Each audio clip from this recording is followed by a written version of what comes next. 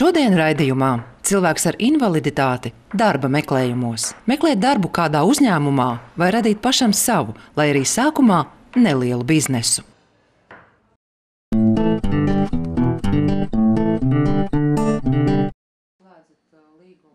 Andris Lūsis kopā ar sievu Ivetu šobrīd strādā pašu radītajā uzņēmumā Air Rest, bet kādreiz Andris bija darbinieks, kas regulāri gāja uz darbu, čakli strādāja un tikpat regulāri saņēma algu. Strādāja Kurzemes rajona izpilddirekcijā. Bija laiks, kad viņi samazināja un likvidēja no 6 izpilddirekcijām palika 3 un mūsējā, kur es strādāju, iekrita un visus atlaidīja. Šodien, kad darba tirgus ir saspringts, cilvēkam ar invaliditāti darbu atrast ir vēl grūtāk nekā agrāk. Bija vairāki konkursi, vairākas kārtas es izturēju, bet arī tomēr nenoslēpts, kad ir kāda invaliditāte un korekta atbilde bija, kad izvēlās citu kandidātu. Tomēr ir tāds uzskats, ka ja cilvēks ar invaliditāti, viņš slimos, netiks uz darbu un tādas lietas. Lai arī skaļi tas netiek pausts, darba devēji izvairās pieņemt darbā cilvēkus ar invaliditāti. Ne tikai tāpēc, ka uzskata, ka cilvēks biežāk slimos nekā strādās, bet arī tādēļ, ka darba likums aizsargā darba ņēmēju invalīdu. Darba devējs baidās, ka pieņemot darbā cilvēku ar invaliditāti, viņu būs neiespējami atbrīvot. Darbinieks ar invaliditāti nedrīkst atbrīvot 2 gadījumos. Numur 1. Ja ar tiesas spriedumu darbā tiek atjaunots iepriekšējais darbinieks, piemēram, iepriekšējo darbinieku pretlikumīgi atlaida, un tiesa pateica, ka šis iepriekšējais darbinieks ir atjaunojums atpakaļ, bet pa to laiku darbā tika pieņemts vai viņa amatā kļuva invalīds, tad invalīdu no šī amata atlaist nedrīkst, un darba devējiem ir jādomā, kā šo jautājumu tālāk atrisināt. Otra situācija ir gadījumā, ja darba devējs ir nolēmis samazināt darbinieku skaitu. Likums paredz, ka arī šajā gadījumā darba devējs nedrīkst atbrīvot no darba invalīdu. Un šis bieži vien darba devējiem ir vissarežģītākais jautājums, ko darīt ar invalīdu, ja objektīvi iemeslu dēļ nav iespējams viņu nekur citur nodarbināt.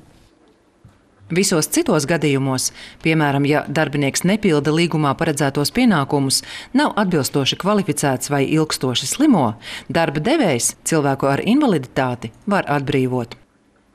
Protams, darba devējiem būs jāpierāda, ka tas nav saistīts ar darbinieka invaliditāti, bet konkrēti tīri ar darba pienākumu veikšanu vai nepildīšanu precīzāk. Visbiežāk atlaišanas gadījumā darba devējs un darbinieks vienojas. Tomēr neatkarīgi no atlaišanas pabalsta lieluma, cilvēkam ir jāatrod cits darbs. Andris to meklēja veselu gadu. Tad, negaidot, ka izdosies atrast, kopā ar sievu Ivetu sāka domāt par sava uzņēmuma radīšanu. Mēs domājam, kad vajag cilvēkiem ar invaliditāti kā radīt, tad pārējie arī kaut ko sāks darīt un nav jau tas vieglākais ceļš. Tā tapa Air Rest, kas šobrīd nodarbojas ar dažādu pasākumu veidošanu, organizē ekskursijas, talkas un sporta sacensības. Pagājušajā gadā Pakarbuļu pludmalē sarīkojam to nojošanas sacensības sadarbībā Pārdaugavas izpilddirekcija un Latvijas Tautas sporta asociācija. Atnāca vairāk nekā 400 cilvēki. Uzņēmumā pastāvīgi strādā 2 cilvēki, bet ar citiem darbiniekiem par konkrētu darbu veikšanu tiek slēgti līgumi. Mēs nodarbojamies ar sezonas darbiem, un tāds lapas sagrābt un tam līdzīgi. Mums ir arī cilvēki ar invaliditāti, kas var fiziski to izdarīt. Ja? Tas nav tāds pastāvīgs, tur reizi, 2 reizes mēnesī viņiem piezvana, viņš to visu izdara, viņš par to saņem naudiņu. Andra un Ivetas uzņēmumā top arī taustāmas un krāsainas lietas, kas tiek pārdotas dažādos tirdziņos. Visa darbība vēl tiek saistīta ar tām idejām, kas ir Andra galvā. Tas ir viņa produkts, un mēs izmantojam arī to, ko Dievs devis tos sakars ar cilvēkiem, pazīstamiem, draugiem, kas mums katram ir bijuši. Un pateicoties arī nelielai pazīstamībai mākslinieci Dzintra Almana, radās šīs krāsojamās lapas. Un ar šiem zīmējumiem pēc tam radās tās bandānas, krekliņi, un drīzumā būs arī Latvijā ražos šokolādes konfekts. Un kā mums krāsojamā grāmatiņā ir ezītis, tur bebris, kādi vēl tur bija dzīvnieki. 6 mēs esam izvēlējuši, un būs 6 konfekcijas. Tur bebra, ezīša, bet katram ir savs pildījums. Nu, pagaidām, kā vīrs saka, viss ir investīcijas. Investīcijas citreiz ar mīnuszīmi, citreiz ar 0 punktu. No tā, ko mēs iegūstam, kaut vai tirgoties, mēs ar kādu iepazīstamies. Jā, mēs ar kādu iepazīstamies, un tā sadarbība veidojas ar kaut kādā citā plāksnē. Mēs kaut ko jaunu uzzinām, un tas palīdz attīstīties. Liekas, tāda kripatiņa vien ir. Bet tā to kripatiņu pa kripatiņas vācot, tu vienkārši redzi, ka tas ir ejams ceļš. Vēl joprojām ir grūtības, kad arī lielie grāmatveikali, lielie bērnu preču veikali tādiem maziem uzņēmumiem pat nerunā īsti. Darbam, ko esam iesākuši, kā saka, pa bišķiņam, nav tāds patstāvīgs raksturs, tāpēc, kad ir pasūtījums tam, un tā mēs izdzīvojam. Jā. Iveta un Andris domā, ka ARRest izaugsmei būs vajadzīgs vismaz gads un arī kāds ieinteresēts investors. Pašreiz uzņēmums saņem atbalstu no Nodarbinātības valsts aģentūras subsidēto darba vietu programmas. Tā kā Andris regulāri kaut ko internetā skatās, meklē, un viņš ar Nodarbinātības valsts aģentūru jau saistīts kā bezdarbnieks, tad tur bija tas piedāvājums. Un tad pēc tam, kad nodibināja firmu, tad arī uzreiz pieteicās tam konkursam. Galvenais, ko mēs piedāvājam, ir tieši šīs valsts līdzfinansētās darba vietas, ko mēs īstenojam jau no 2001. gada. Kopumā ir izveidotas jau vairāk kā 3500 valsts līdzfinansētās darba vietas. Tā ir darba vieta, kur daļu finansējumu sedz valsts, un daļu finansējumu darba devējs no saviem finanšu līdzekļiem. Šobrīd tātad pasākums tiek īstenots no 2 finanšu avotiem, ir valsts budžets un Eiropas sociālā fonda projekts pasākumi noteiktām personu grupām. Tas tātad ir ar Eiropas atbalstu tiek īstenotas šīs valsts līdzfinansētās darba vietas. Lai izveidotu valsts līdzfinansēto darba vietu, mēs izsludinām konkursu, aicinām pieteikties darba devējus, kas ir komersanti, biedrības, nodibinājumi un pašnodarbinātas personas, lai veidotu šīs darba vietas.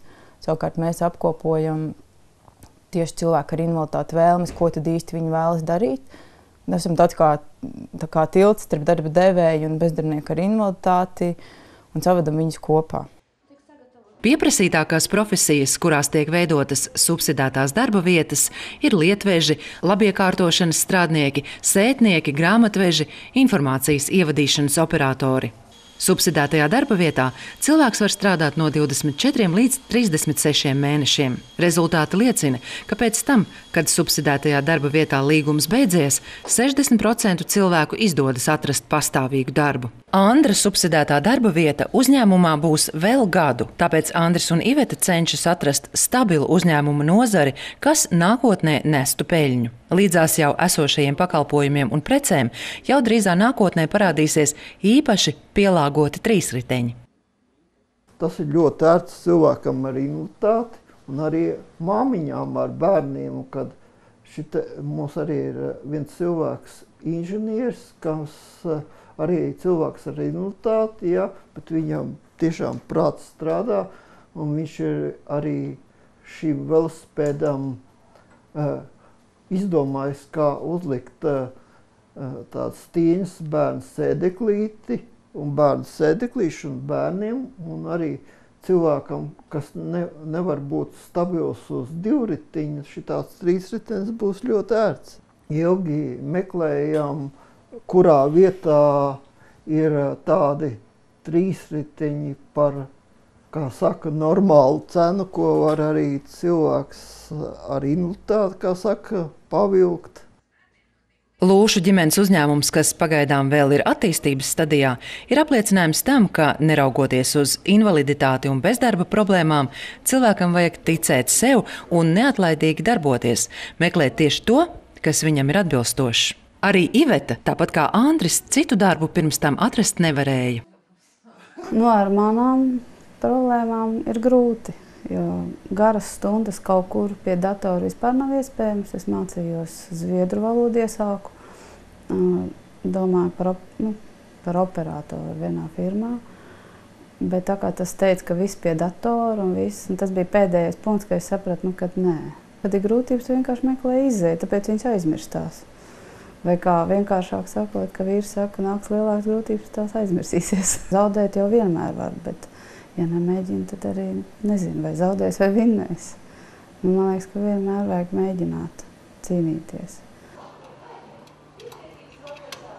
Cilvēks ar invaliditāti var ne tikai strādāt, bet arī izveidot savu uzņēmumu un jaunas darba vietas, tā mainot stereotipiskos uzskatus, ka invalīdi bieži slimo un viņus labāk darbā nepieņemt.